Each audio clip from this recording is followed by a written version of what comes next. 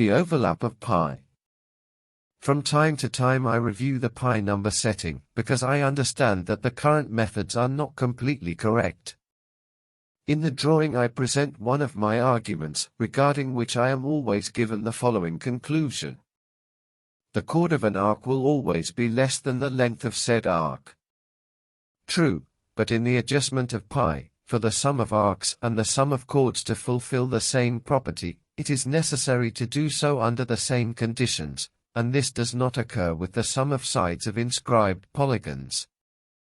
In the sum of the sides of an inscribed polygon, we always add the same vertex twice, side end, total length of each side, while in the sum of arcs each of the ends of the arc is added only once.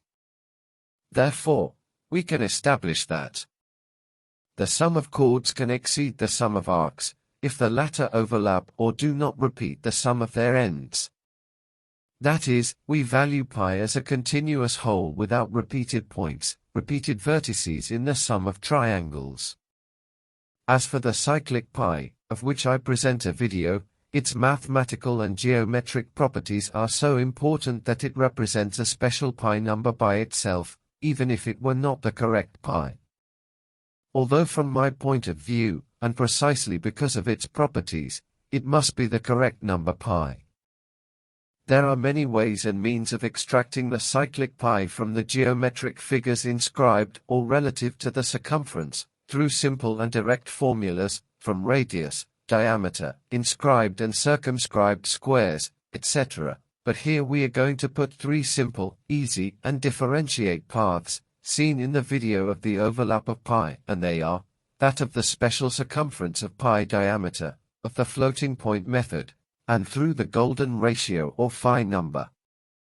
1. The special circumference of pi diameter is the only circumference for any unit of measurement which complies with the fact that its diameter is pi, its perimeter is pi squared, and which produces or engenders an interior circle of perimeter 2 pi and radius 1, and a circumscribed square of perimeter 8.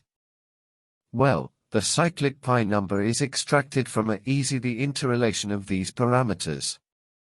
2. The floating point method is interesting, because with its way of use the cyclic pi is easily extracted. This is done by raising cyclic pi to successive powers, and expressing its results in floating point. As we see when we get to the 17th power, the floating point result is 2 by square root of 2. But if we now proceed from here in reverse, from 2 square root of 2, we obtain the cyclic number pi. 3. With the use of the phi number, we obtain an interrelation formula between pi and phi, with which we can extract one from the other.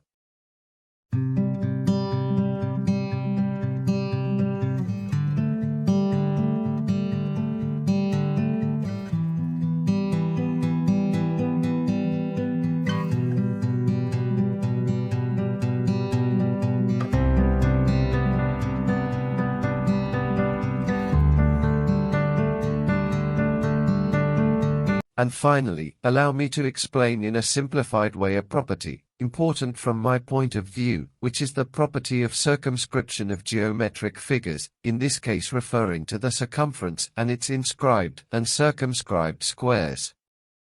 This property would tell us that powers of the basic elements of the circle, such as its diameter and the number pi, cycles of pi, will give us the dimensions of all the squares and circumscribed circles between them to infinity, as shown in this drawing and in the following one, in which we see that the current pi does not comply with this property, and deviates in successive powers. Well friends, thanks for your interest and kindness.